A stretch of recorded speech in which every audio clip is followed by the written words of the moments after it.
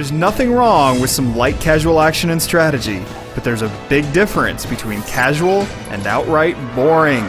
Pirates of Black Cove makes a good first impression with its cheery atmosphere and its silly jokes, but when that quirkiness wears off, you're left with an overly simple and buggy game in which you spend far too much time doing nothing at all. On land, Pirates of the Black Cove is the easiest and least strategic strategy game you might ever see. At sea, you sail around a bit and sometimes engage in super easy battles. On top of it all, the game is much too buggy, which is a shock considering how little this game is actually doing. The $19.99 price and cute veneer might tempt you, but this boring basic game is filled with too many problems to make it worth your time. He's out, but the landlubbers have found their sea legs. When you first start Pirates of Black Cove, you're drawn in by its overall silliness.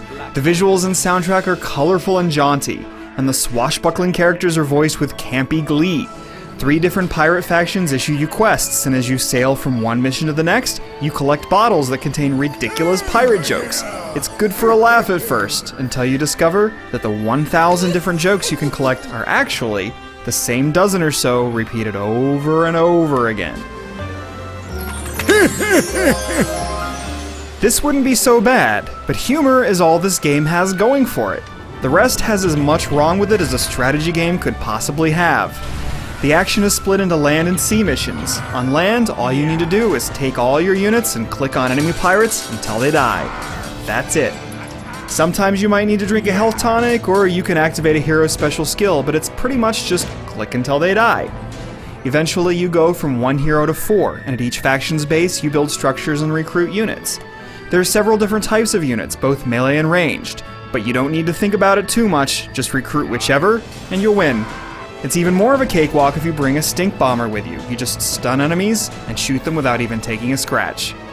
But land battles aren't just insanely boring, they're also buggy. The pathfinding is atrocious, so your units get hung up on objects all the time and sometimes can't even figure out how to get around corners. Tons of objects lack collision detection, so enemies walk right through them, keeping you from clicking on them. That wouldn't be so bad if your units attacked of their own free will. Sometimes they do, but sometimes they just stand around doing nothing while getting clobbered. Adding to the dumbness are real bad missions in which you do nothing but lead your units from one end of an island to the other and then return. Just 5 minutes of nothing.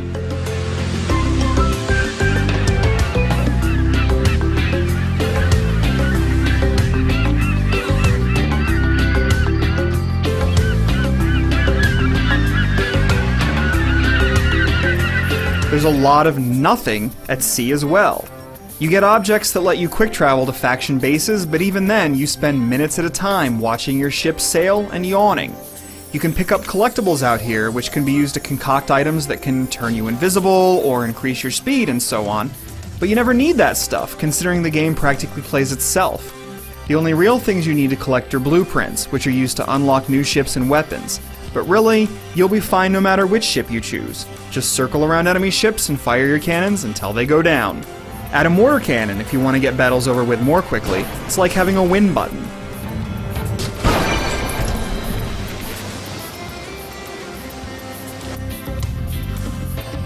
And don't forget about the bugs. You might have this happen. Or this. Or this. AI ships can't figure out how to get around each other or around reefs, so they just bang against the coast repeatedly.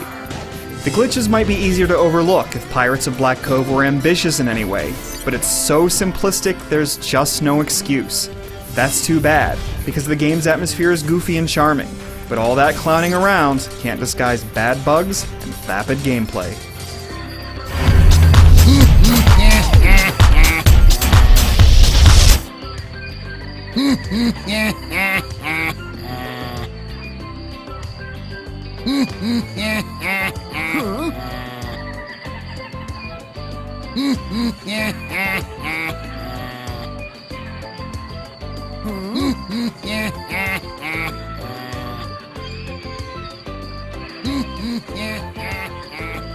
Huh?